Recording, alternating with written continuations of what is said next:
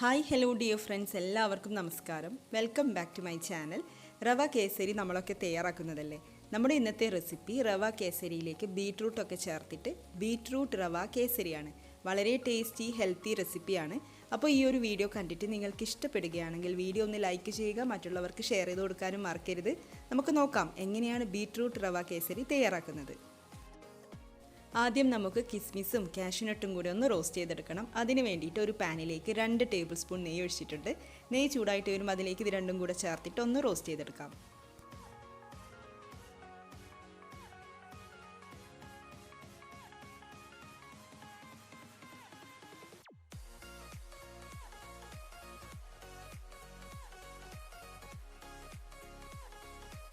ഇതിവിടെ റെഡി ആയിട്ടുണ്ട്. നമുക്കിത് അങ്ങോട്ടേക്ക് മാറ്റി വെക്കാം. എന്നിട്ട് ഇതേ പാനിലേക്ക് തന്നെ റവ ചേർത്ത് കൊടുക്കാം. ആവശ്യമെങ്കിൽ നെയ്യ് ഒഴിച്ചു കൊടുക്കാം. ഞാനിതിലേക്ക് ചേർക്കുന്നൊന്നുമില്ല. നേരത്തെ ഒഴിച്ചു കൊടുത്ത 2 ടേബിൾ സ്പൂൺ നെയ്യിൽ തന്നെയാണ് റോസ്റ്റ് ചെയ്തെടുക്കുന്നത്. 1 കപ്പ് റവയാണ് ചേർത്ത് കൊടുത്തിട്ടുള്ളത്. അപ്പോൾ മീഡിയം ഫ്ലെയിമിൽ വെച്ചുകൊണ്ട് നമുക്കൊരു 5-6 മിനിറ്റ് ഇതൊന്ന് റോസ്റ്റ് ചെയ്തെടുക്കാം.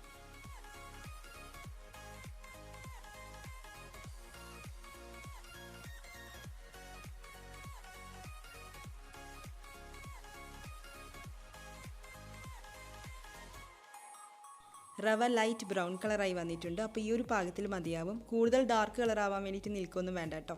അപ്പോൾ നമുക്ക് ഫ്ലെയിം ഓഫ് ചെയ്ത് കൊടുത്തിട്ട് വേഗം തന്നെ വേറൊരു പാത്രത്തിലേക്ക് മാറ്റി വെക്കാം. കൂടുതൽ സമയം ഈ ഒരു പാനിൽ വെച്ചിരുന്നാൽ കരിഞ്ഞു പോകാനും ചാൻസ് ഉണ്ട്. അപ്പോൾ നമുക്കിത് അങ്ങോട്ടേക്ക് മാറ്റി വെക്കാം. ഇനി നമുക്ക് പാനിലേക്ക് ബീട്രൂട്ട് ജ്യൂസ് ഒഴിച്ചു കൊടുക്കാം. ഒരു മീഡിയം സൈസിലുള്ള ബീട്രൂട്ടാണ് കേട്ടോ എടുത്തിട്ടുള്ളത്. അത് നന്നായിട്ട് കഴുകി തൊലിയൊക്കെ കളഞ്ഞിട്ട് കുറച്ച് മാത്രം വെള്ളം ഒഴിച്ചിട്ട് നന്നായിട്ട് അരച്ചെടുത്തതാണ്.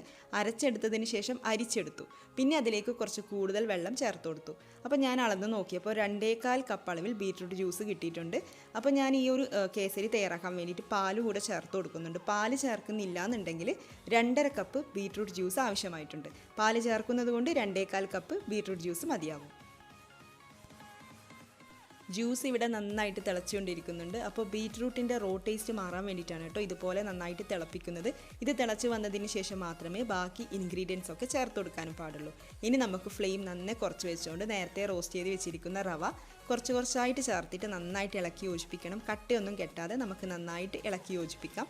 പിന്നെ റവ ചേർത്ത് കൊടുക്കുന്നത് മുതൽ ലോ ഫ്ലെയിമിലാണ് വെക്കേണ്ടത്. അതൊന്ന് പ്രത്യേകം ശ്രദ്ധിക്കണം.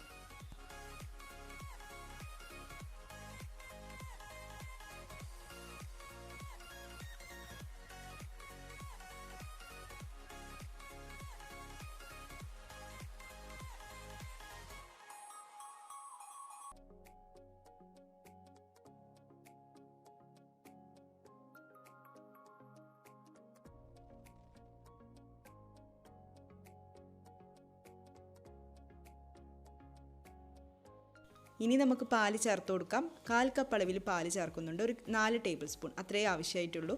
അപ്പോൾ നേരത്തെ പറഞ്ഞതുപോലെ പാല് ചേർക്കുന്നില്ല എന്നുണ്ടെങ്കിൽ 2.5 കപ്പ് തന്നെ വെള്ളം ചേർത്ത് കൊടുക്കണം. പാല് ചേർക്കണമെന്ന് നിർബന്ധമൊന്നുമില്ല. കുറച്ചുകൂടി ഒരു റിച്ച് ടേസ്റ്റ് കിട്ടും. അതിന് വേണ്ടിയിട്ടാണ്. പാല് ചേർത്തിട്ട് നന്നായിട്ട് മിക്സ് ചെയ്തെടുത്തിട്ടുണ്ട്. ഇനി നമുക്കിതിലേക്ക് പഞ്ചസാര ചേർത്ത് കൊടുക്കാം. അപ്പം മധുരമൊക്കെ നിങ്ങളുടെ ഇഷ്ടത്തിനനുസരിച്ചിട്ട് ചേർത്ത് കൊടുത്തോളൂ. ഞാനിവിടെ 1 കപ്പ് പഞ്ചസാര ചേർത്തിട്ടുണ്ട്. നല്ല മധുരമൊക്കെ വേണമെന്നുണ്ടെങ്കിൽ 1.5 കപ്പൊക്കെ ചിലപ്പോൾ പഞ്ചസാര ആവശ്യമായിട്ട് വരും. അപ്പം മുഴുവനും ഒരുമിച്ച് ചേർക്കാതെ കുറച്ചായിട്ട് ചേർത്തിട്ട് നന്നായിട്ട് ഇങ്ങനെ ഇളക്കി യോജിപ്പിക്കാം. പഞ്ചസാര ഒന്ന് മെൽറ്റായി വരട്ടെ.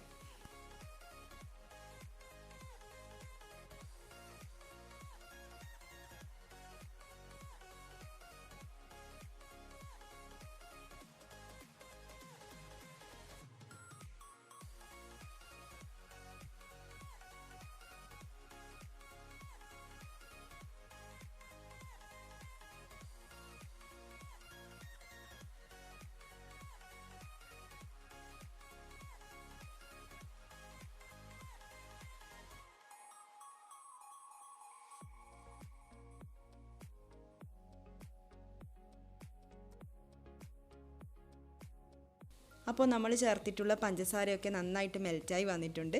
ഇനി നമുക്കിതൊന്ന് അടച്ചു വെക്കണം. ലോ ഫ്ലെയിമിൽ വെച്ചുകൊണ്ട് തന്നെ 2 മിനിറ്റ് നമുക്കിതൊന്ന് അടച്ചു വെക്കാം.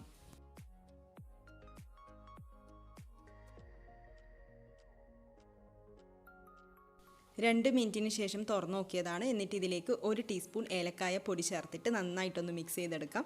പിന്നെ നമ്മൾ നേരത്തെ റോസ്റ്റ് ചെയ്ത് വെച്ചിട്ടുള്ള കാഷ്യൂനട്ടും കിസ്മിസും കൂടെ ചേർത്തിട്ട് മിക്സ് ചെയ്തെടുക്കാം. നേരത്തെ പറഞ്ഞതുപോലെ ലോ ഫ്ലെയിമിൽ വെക്കാൻ വേണ്ടിയിട്ട് പ്രത്യേകം ശ്രദ്ധിക്കണം. എന്നാൽ മാത്രമേ നമ്മുടെ കേസരി നല്ല സോഫ്റ്റ് ആയിട്ട് കിട്ടുകയുള്ളൂ.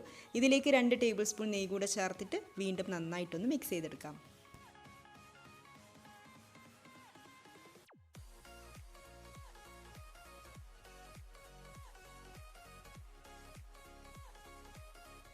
നെയ്യ് ചേർത്തിട്ട് നന്നായിട്ട് മിക്സ് ചെയ്തെടുത്തിട്ടുണ്ട്. അപ്പോൾ നമ്മുടെ കേസരി ഇവിടെ റെഡി ആയിട്ടുണ്ട്.